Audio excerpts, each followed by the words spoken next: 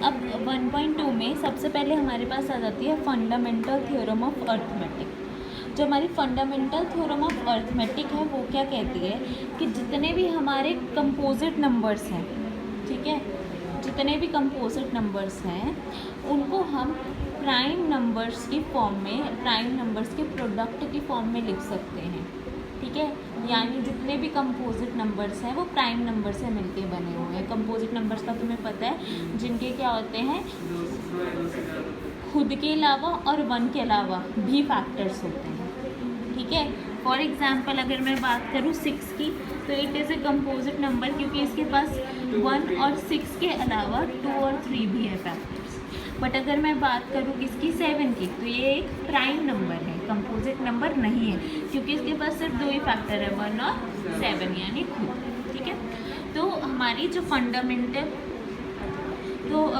हमारी जो fundamental theorem of arithmetic कहती है कि जितने भी हमारे कंपोजिट नंबर हैं वो क्या है, प्रोडक्ट ऑफ प्राइम नंबर की फॉर्म में दिखा सकते हैं, और प्राइम नंबर को हम किसी भी ऑर्डर में लिख सकते हैं। जैसे कि 6 की बात करते हैं, 2 इंटू में 3 लिखें या 3 इंटू में 2 लिखें, कोई फ़र्क नहीं पड़ता, बात सेम, ठीक है। अब इसके बाद हमारे पास जो एग्ज़ाम्पल आता है यहाँ पे, इसका सबसे पहला जो क्वेश्चन आता है इस एक्सरसाइज में, हमें बताना होता है कि हमें एक नंबर दे रखा है और उसकी पावर n दे रखी होती है, और हमसे पूछा गया होगा कि बताओ ये जो डिजिट है, जब इस n में हम कोई वैल्यू पुट करेंगे तो क्या इस जो सॉल्यूशन आएगा उसमें पीछे 0 आएगा कि नहीं आएगा, ठीक है। कि n की पावर n है तो हमसे पूछा जाएगा जब हम n की कुछ वैल्यू रखते हैं तो इसके आंसर डिजिट में मेरे पास 0 आएगा कि नहीं आएगा। फॉर एग्ज़ाम्पल हमारा जो एग्ज़ाम्पल 3 है उसमें बोला गया है कि 4 की पावर n में अगर हम n की कुछ वैल्यू रखते हैं, फॉर एग्ज़ाम्पल 10, 100, 1000, 50, 20 कुछ भी रख दी मैंने, तो क्या उस सॉल्यूशन में कभी पीछे 0 आएगा, ठीक है। अब इसके लिए हम एक सिंपल सा लॉजिक यूज़ करेंगे। हमें क्या बताया गया है, अभी फंडामेंटल थ्योरम में हमने पढ़ा कि सभी जो नंबर्स होते हैं हमारे कंपोजिट नंबर्स, उनको हम किस तरह लिख सकते हैं, प्राइम नंबर के प्रोडक्ट में। तो यानी 4 को हम लिख सकते हैं 2 की पावर 2 इंटू में 2 की पावर n, 2 इंटू में 2 क्या हो जाएगा, 2 का स्क्वायर और उसकी पावर n। अब यहाँ पे जो 9th में हमने प्रॉपर्टी पढ़ी थी वो क्या थी, a की पावर m इंटू में n क्या हो जाएगी, a की पावर mn, तो वही प्रॉपर्टी लगा देते हैं, 2 की पावर 2n, ठीक है। अब आगे बात करते हैं, जैसे हमें डिजिट में 0 लाना है, सबसे छोटी 0 वाली वैल्यू क्या होती है हमारे पास, 10, ठीक है। अब 10 के 2 फैक्टर्स कौन से होते हैं, 2 और 5। अगर हम 100 की बात करते हैं, ठीक है, तो 100 में क्या होगा, 2 इंटू में 2 इंटू में 5 इंटू में 5, यानी जितने ज़ीरोस बढ़ेंगे उतने ही 2 और 5 के पेयर्स भी बढ़ेंगे। तो यानी एक नंबर तभी 0 पे एंड करेगा जब उसके जो हमारे पास प्राइम फैक्टराइजेशन होगी उसमें क्या आएगा, 2 और 5 दोनों का एटलीस्ट एक पेयर आएगा। अगर हमारे पास अकेला 5 है या अकेला 2 है तो वो कभी 0 पे एंड नहीं करेगा। कम से कम अगर हमारे पास 2 और 5 का एक पेयर है तो वो नंबर हमेशा किस पे एंड करेगा, 0 पे एंड करेगा। तो यही चीज़ हमें इस पूरी थ्योरम में लिखनी है, ठीक है। तो हम इसमें यही लिखेंगे कि भैया अगर कोई भी डिजिट को n से एंड करना है, ठीक है, if 4 to power n is to be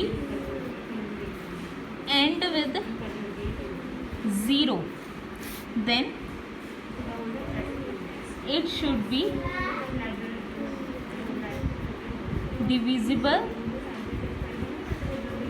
by both 2 and 5, दोनों से डिविजिबल होना चाहिए। दैट इज या दैट मीन्स कि it should it must contain at least 2 and 5 as prime factors, but prime factorization of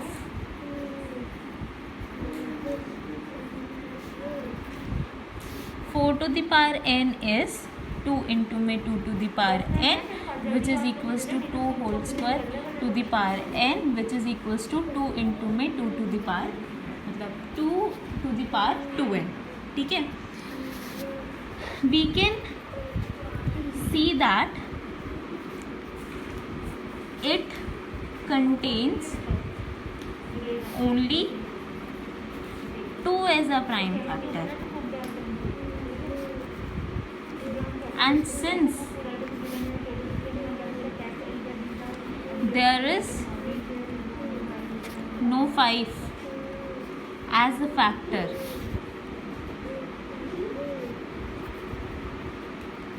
so it won't end with 0. Hence या short जो भी हमें प्रूफ करना है, इस सॉल्यूशन में बस इतना ही लिखा है. जिस भी टाइप का क्वेश्चन आएगा, अगर तुम्हारे पास फॉर एग्जांपल कोई ऐसा क्वेश्चन आ जाता है जो एंड कर रहा है, तो उसको तुम लिख सकते हो कि हाँ भैया एंड करेगा, क्योंकि इसमें 2 और 5 दोनों फैक्टर्स एग्जिस्ट करते हैं. ठीक है, अब इसके बाद जो इसमें हमारा नेक्स्ट टाइप का क्वेश्चन है वो क्या होता है, हमें 2 नंबर से रखे होंगे और उसका HCF और LCM निकालना है. 2 तरीक़ों से निकालने को बोला जा सकता है. पहला तो प्राइम फैक्टराइजेशन की हेल्प से निकालो.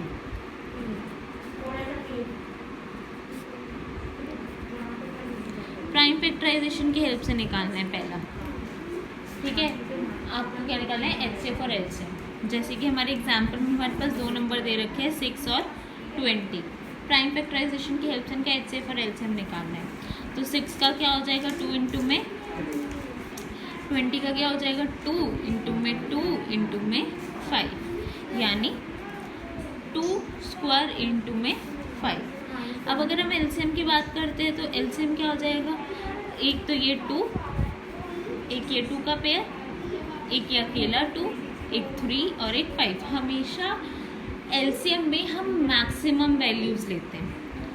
2 की वैल्यू मैक्सिमम कितनी है, दोनों के नंबर्स में से 2 मैक्सिमम है, तो इसलिए हमने यहाँ पे 2 की मैक्सिमम वैल्यू 2 ली है. 2 बार 2 कंसीडर किया, क्योंकि मैक्सिमम 2 कितनी बार आया है, 2 बार.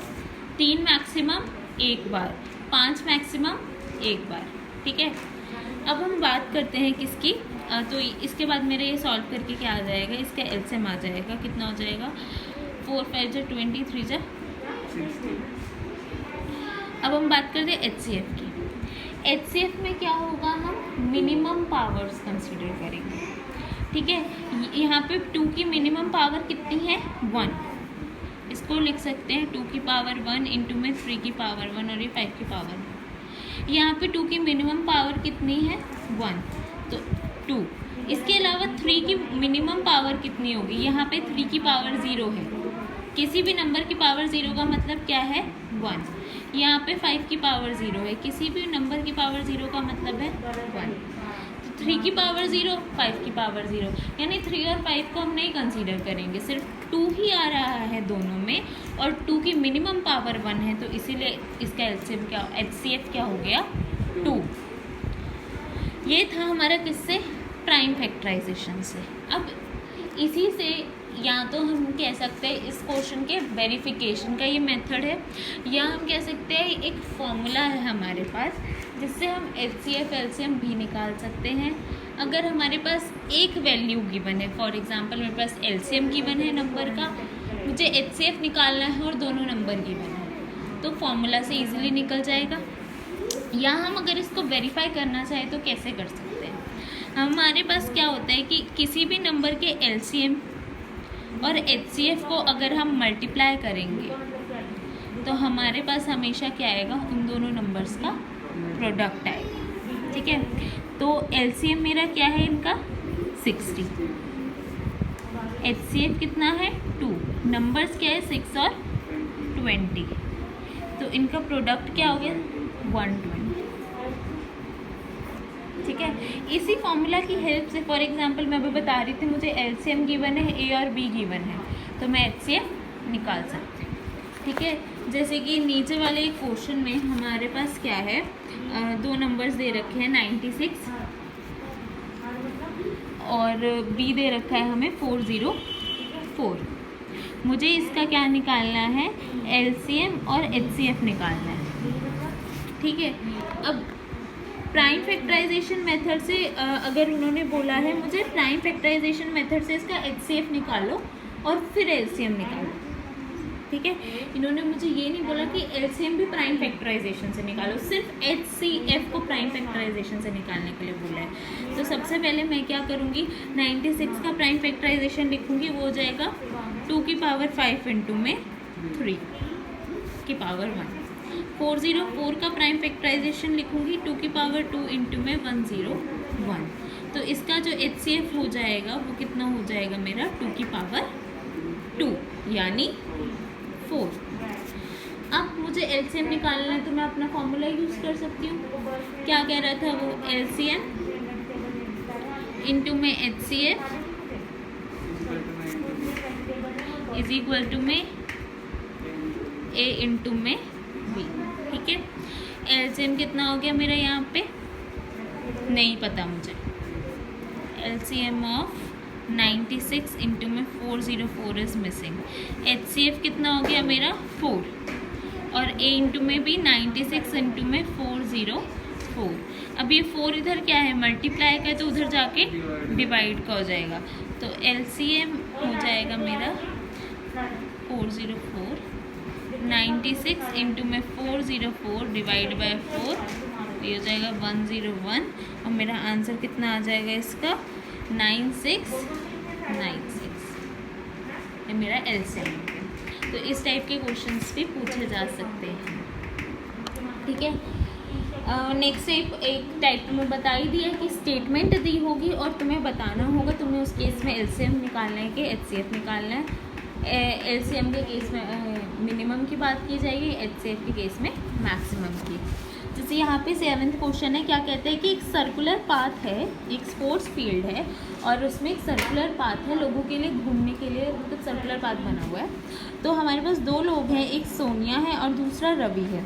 सोनिया 18 मिनट लेती है और रवि 12 मिनट लेता है। एक साथ दोनों भागना शुरू करते हैं और दोनों एक साथ, सोनिया 18 मिनट में चक्कर पूरा करती है पूरी पार्क का और रवि 12 मिनट में। और अब हमें बताना है कि वो दोनों कब दोबारा से मिलेंगे चक्कर काटते हुए। ठीक है, तो इस केस में और उन्होंने बोला कि सेम पॉइंट से सेम टाइम पे शुरू करते हैं और सेम डायरेक्शन में जा रहे हैं, तो हम क्या निकालेंगे इस केस में एलसीएम, क्योंकि हमें बताना है कि कब कम से कम किस टाइम में मिलेंगे, मिनिमम टाइम में दोबारा कब मिलेंगे। ठीक है, इस चैप्टर का जो हमारा मतलब इस एक्सरसाइज का एक लास्ट टाइप का क्वेश्चन है, हमें कुछ नंबर्स की क्या दे रखी होगी,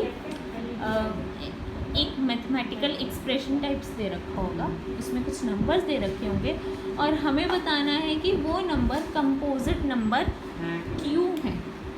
ठीक है, या तो बताना है या नहीं है और अगर है तो क्यों है। ठीक है, तो इसकी एक टाइप है हमारे पास दे रखा है 7 इंटू में 11 इंटू में 13, 7 इंटू में 11 इंटू में 13 प्लस 13। हमें बताना है ये कंपोजिट नंबर क्यों है। ठीक है, तो ऐसे क्वेश्चन को अब अगर तुम सॉल्व करोगे, पहले 7 को 11 से मल्टीप्लाई करता हूँ, फिर 13 से करता हूँ, फिर ऐड करता हूँ, फिर उसके प्राइम फैक्टर्स निकालता हूँ, तो भैया तुम पेपर में सिर्फ यही क्वेश्चन सॉल्व करते रह जाओगे। ठीक है, तो इसमें सबसे पहले क्या करना है, हमने अपनी प्रॉपर्टीज़ पढ़ी थी ना, एसोसिएटिविटी वगैरह, डिस्ट्रीब्यूटिविटी, उन सब में पढ़ते थे। हम क्या करते थे, नंबर कॉमन आते थे तो कॉमन निकाल लेते थे। तो यहाँ पे हमारा नंबर 13 क्या आ रहा है, कॉमन आ रहा है। तो 13 को कॉमन लेंगे तो हमारे पास क्या आएगा, 7 इंटू में 11 इंटू में 1 प्लस 1। अभी क्या हो गया, 7 इंटू में 11 77 इंटू में 1 77 प्लस 1 78। तो ये क्या हो गया, 13 इंटू में 78, दो फैक्टर्स बन रहे हैं। ठीक है, अब अगर फॉर एग्जांपल मेरे पास जो नंबर है 13 और 78, मतलब नंबर जो खुद था उसके अलावा मेरे पास दो और फैक्टर्स आ रहे हैं, 13 और 78।